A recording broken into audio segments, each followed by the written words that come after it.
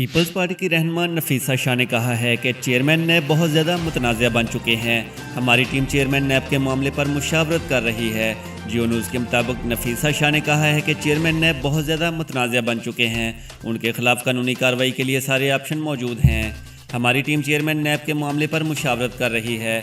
उन्होंने कहा कि फैसल वाडा ने करप्शन की, अपने मुलाजिम के नाम पर जायदाद बनाई, वज़ीर आबी वसाइल इस्तीफ़ा दें, सेलेक्टेड एहतसाब हो रहा है। एहतसाब सिर्फ पीपल्स पार्टी की क़यादत का हो रहा है। उन्होंने कहा कि मोदी एक बार फिर भारत पर मुसल्लत होने जा रहे हैं। तब्दीली सरकार कहती थी कि मोदी के आने से मसला कश्मीर हल करने में आसानी होगी। अब इमरान खान फ़ोन उठाएं और अपने दोस्त मोदी के साथ मसला कश्मीर पर बात करें।